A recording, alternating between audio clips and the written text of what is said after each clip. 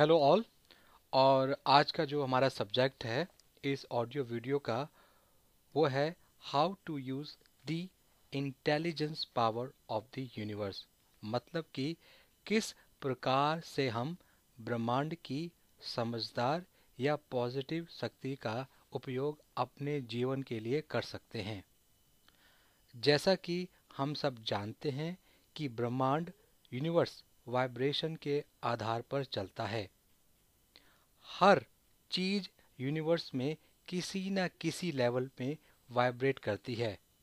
Vibration का आधार होता है हम सबकी सामूहिक सोच। जब हम कुछ सोचते हैं तो हमारे दिमाग, मस्तिष्क, माइंड से एक वाइब्रेशन तरंग पैदा होती है जो यूनिवर्स ब्रह्मांड में जाती है और सदैव ब्रह्मांड में रहती है और सिमिलर वाइब्रेशनों को ढूंढती है।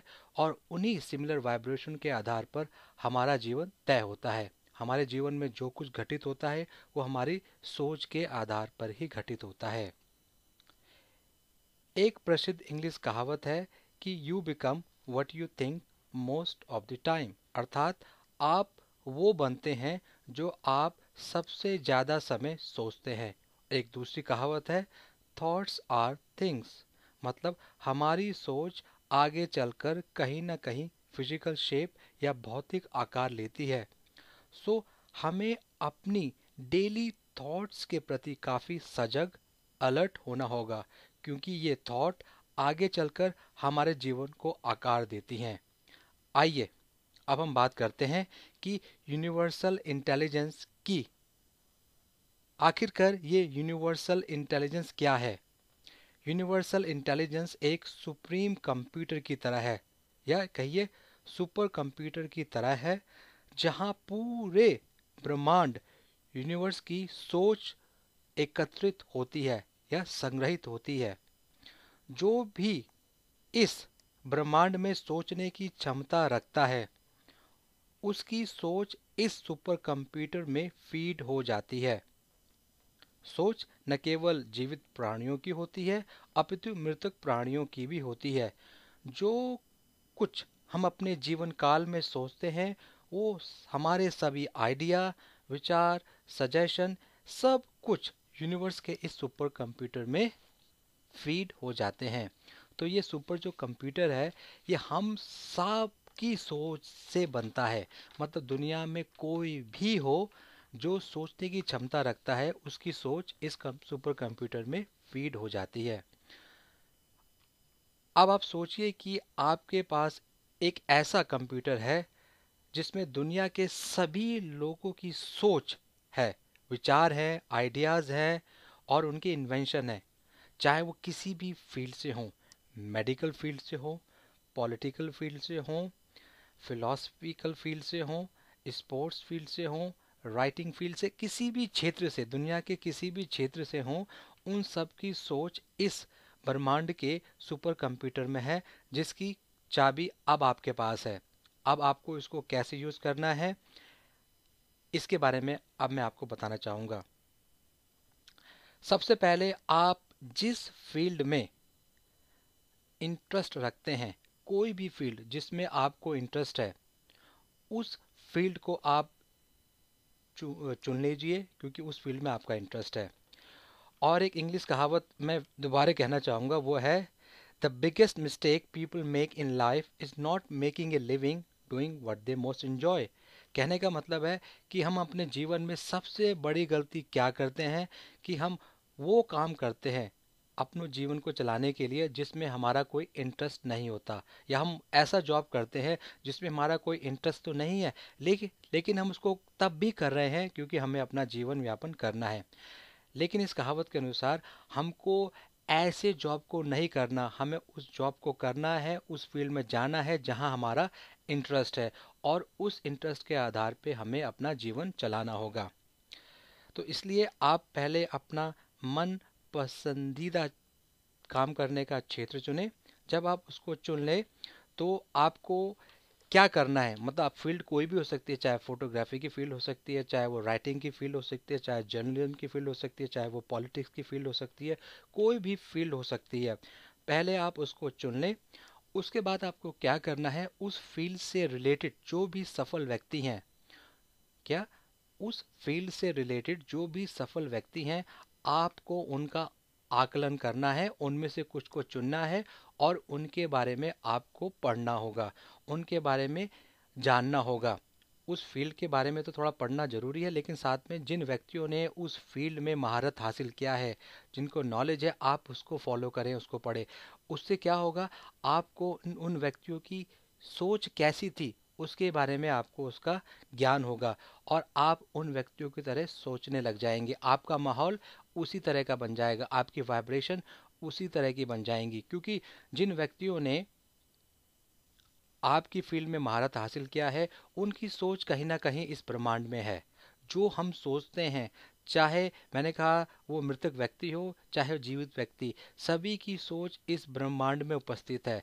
और आप जब इस किसी पर्टिकुलर व्यक्ति को फॉलो करते हैं, उसके बारे में पढ़ते हैं, उसकी तरह सोचने का प्रयास करते हैं, तो आपकी तरंगे, आपकी वाइब्रेशन उसी व्यक्ति विशेष की वाइब्रेशन की तरह हो जाती हैं और उसी वाइब्रेशन को कैच करती है। तो सबसे बड़ा जो आंसर है सफल बनने का, वो यही है, अपनी फील्ड से रिलेटेड आपको जो भी व्यक्ति लगे जो सफल है, उसको आप पढ़ें। और अब मैं आपको बताना चाहूँगा कि तरीका क्या होता है सक्सेस को पाने का। जब आप कुछ व्यक्तियों को चुन चुन लेते हैं जो आपकी फील्ड से रिलेटेड है, अगर आप बिजनेस में जाना चाहते हैं तो आप ऐसे व्यक्तियों को पढ़ें जो बिजनेस में सफल हैं। अगर आप स्पोर्ट्स में जाना चाहते हैं तो आप ऐसे व्यक्तियों को पढ़ें जो स्पोर्ट्स में सफल है। किसी भी फील्ड में जाना चाहते हैं, उस सफल व्यक्ति को आप पढ़ें। उसके बाद उनके साथ आप काल्पनिक बातें करें। जैसे मैंने बार बार कहा है कि व्यक्ति अभी है या इस दुनिया में है या नहीं, लेकिन आप उनका आह्वान कर सकते हैं। देखिए, जब व्यक्ति इस दुनिया से जाता है, कोई भी मनुष्य जाता है, तो उसका शरीर दुनिया से जाता है, उसकी सोच कभी नहीं जाती। उसकी सोच सदैव ब्रह्मांड में रहती है। तो आप उसकी सोच का आह्वान कभी भी कर सकते हैं। जब आप उसके चरित्र के बारे में पढ़ते हैं तो आपकी सोच उसी की तरह बनती है, और जब आपकी सोच उसी की तरह बनती है तो आप सिमिलर सोचों को आकर्षित करते हैं। तो एक्सरसाइज है कि आप हर दिन आधे से लेकर 1 घंटा एक काल्पनिक मीटिंग करें इन लोगों के साथ जिसको आप फॉलो करते हैं, जिसको आप अपना आइडियल मानते हैं।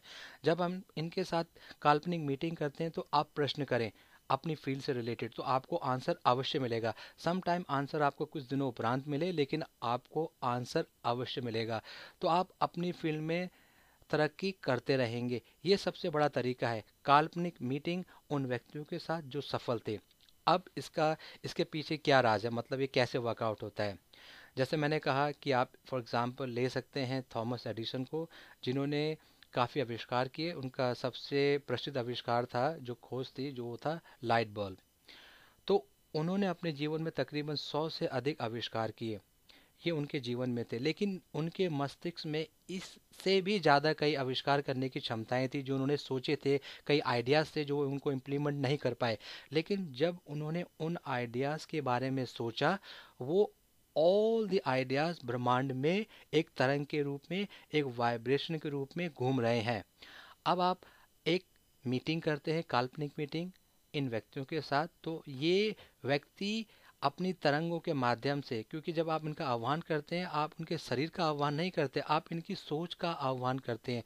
जब ये सोचें आती हैं तो आपको स्वयं ही आंसर मिल जाते हैं। कई बार आपकी कल्पना से परे होते हैं, जो आपकी सोच से परे होते हैं। तो आप प्लीज़ आधे से 1 घंटा इन व्यक्तियों के साथ काल्पनिक मीटिंग करें और अपने क्वेश्चन के आंसर मांगे, और आपको उस क्वेश्चन के आंसर जरूर मिलेंगे। अब बात करते हैं कि अगर हम पिछले 50 या 100 साल के वर्षों को देखें, या जो खोजें हुई हैं, चाहे वो वायरलेस की खोज थी, चाहे वो सुपर कंप्यूटर की खोज थी, चाहे वो इंटरनेट की खोज थी, चाहे वो एरोप्लेन की खोज थी, चाहे वो टेलीस्कोप की खोज थी, चाहे वो टीवी की खोज थी, चाहे वो टेलीफोन की खोज थी, ये जो सभी खोजें हैं जिनके आधार पर हमारा आधुनिक जीवन चलता है, ये किसी न किसी की सोच थी। जब ये, जैसे मैंने कहा था, थॉट्स आर थिंग्स, कल्पना आधार होती हैं किसी भी चीज़ का बनने का। दुनिया में आप कुछ भी देखें, वो कहीं ना कहीं किसी की कल्पना थी और आज वास्तविकता है। तो इन व्यक्तियों ने इसी फॉर्मूले को यूज किया और ask and it is given, एक कहावत है, आस्क इट इज गिवन, आप मांगो तो आपको मिलेगा।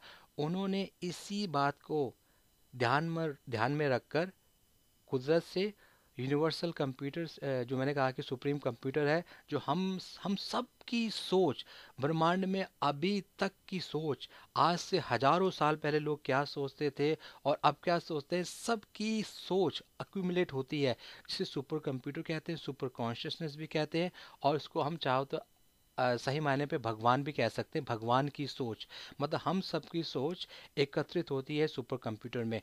आप जब इनसे मांगते हैं तो सुपर कंप्यूटर से आपको सारे आइडिया, सारे विचार, सारे क्वेश्चन के आंसर मिल सकते हैं।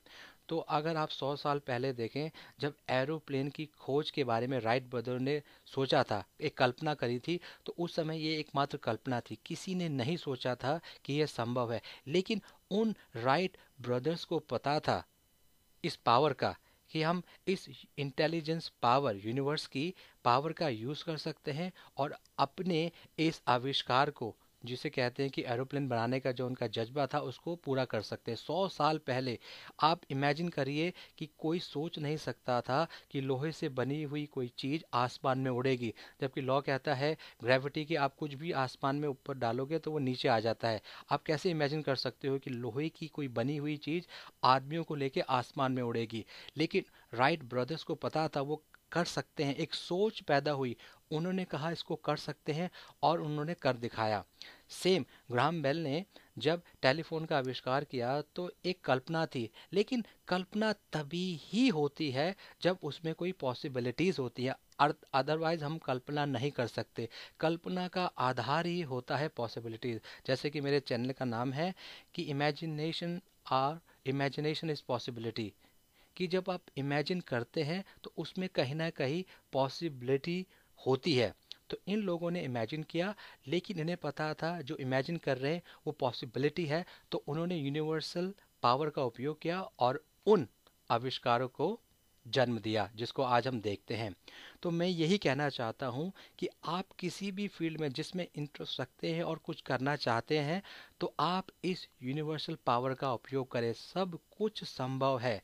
जैसा मैंने अपनी एक दो पुरानी वीडियो में भी कहा है कि हमारे अंदर एक आत्मा है जो एक परमात्मा का अंश है। परमात्मा सदैव यूनिवर्स को बनाता है, परमात्मा सदैव कुछ ना कुछ बनाता है, क्रिएटर है। अगर वो अंश हमारे अंदर भी है तो हम भी एक प्रकार से क्रिएटर हैं, हम भी किसी भी चीज़ को क्रिएट करने की क्षमता रखते हैं। लेकिन उसके लिए हमें अपनी सोच को परिवर्तित करना होगा, सोच में ये लाना होगा कि हम एक क्रिएटर हैं, हमारे पास भी वह सारी शक्तियाँ विद्यमान हैं जो एक परमात्मा के पास होती है, क्योंकि हमारे अंदर उसी परमात्मा का एक अंश है।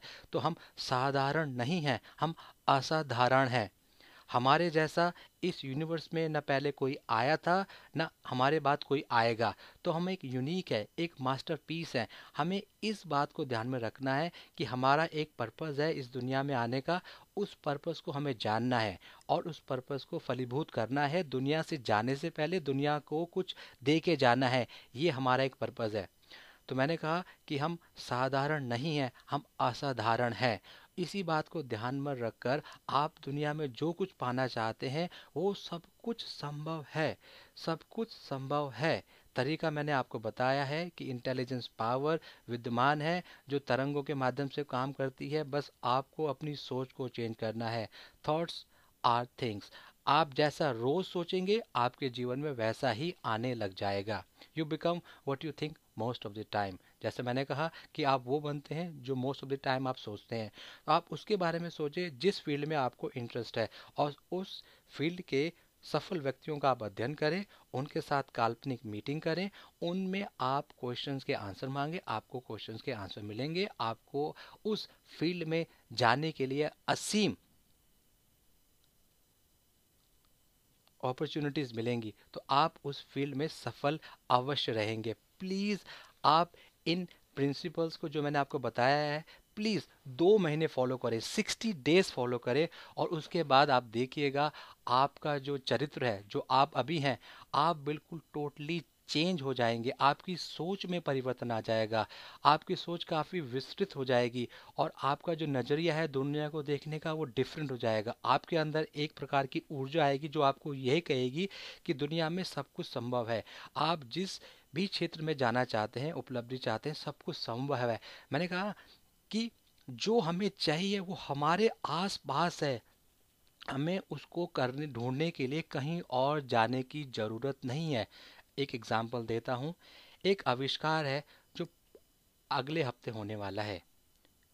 वो आविष्कार आज इसलिए नहीं होता कि वो किसी की सोच में है, और सोच कुछ समय लेती है आविष्कार बनने के लिए, मतलब आविष्कार के रूप में आने के लिए कुछ समय लेती है। और अगले हफ्ते जब वो आविष्कार पूरा होता है, उस आविष्कार के लिए जो कुछ चीज़ें चाहिए थी वो चीज़ें इस यूनिवर्स में पिछले हजारों सालों से विद्यमान थी। कुछ चीज़ें हो सकती हैं जो नए आविष्कार के लिए चाहिए वो रिसेंटली मिली हों, लेकिन वो चीज़ें 7 दिन पहले भी थी, आज भी हैं, लेकिन आविष्कार आज नहीं होता, वो 7 दिन बाद होता है। कहने का मतलब है आपको कुछ भी लाइफ में करना है उसके लिए जो टूल्स चाहिए आपको वो आपके इर्द गिर्द है, लोग आपके आसपास है, सिचुएशन क्रिएट करने के लिए जो कुछ चाहिए वो आपके आसपास है। इसलिए ask and it is given. आप मांगे तो आपको मिलेगा। हम सबको चाहिए कि मांगना कैसे, प्रश्न कैसे करना है, उत्तर स्वयं आपको मिलेगा। हमें प्रश्न करना नहीं आता, ये हम सबसे बड़ी हमारी कमजोरी है, और हमें मांगना नहीं आता। जिस दिन हमें मांगना आए तो हमें उत्तर स्वयं ही मिल जाएंगे। तो जैसा मैंने कहा, एक सुपर कंप्यूटर ये दुनिया के सभी लोगों की सोच के आधार पर होता है। मतलब जो कुछ सोचते हैं वो सुपर कंप्यूटर में है।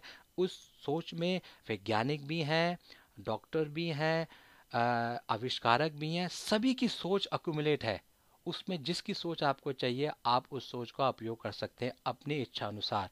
तो प्लीज़ इसके लिए आप, मैंने जैसे बार बार कहा, काल्पनिक मीटिंगें करें उन लोगों के साथ, उन लोगों के चरित्र के बारे में पढ़ें, और उनसे फिर आप एक प्रकार से तरंगों वाइब्रेशन के माध्यम से आपका कनेक्शन स्थापित होता है। तो फिलहाल इस वीडियो को मैं यहीं पे समाप्त करूंगा और प्रयास करूंगा कि अपनी नेक्स्ट वीडियो में इस लॉ ऑफ वाइब्रेशन के बारे में काफ़ी कुछ और बता सकूं। और आई रियली अप्रिशिएट आपने इस वीडियो को सुना, और मैं चाहूँगा कि अगर आपके पास इस वीडियो से रिलेटेड कोई कमेंट्स हैं तो आप प्लीज़ मेरे साथ शेयर करें। अगर आप वाइब्रेशन के बारे में कुछ जानना चाहते हैं, कुछ शेयर करना चाहते हैं, तो आप प्लीज़ मुझे आप ईमेल भी कर सकते हैं। आप प्लीज़ आप अपने कमेंट ज़रूर भेजें। और once again, thanks for listening this video. Thank you. Bye.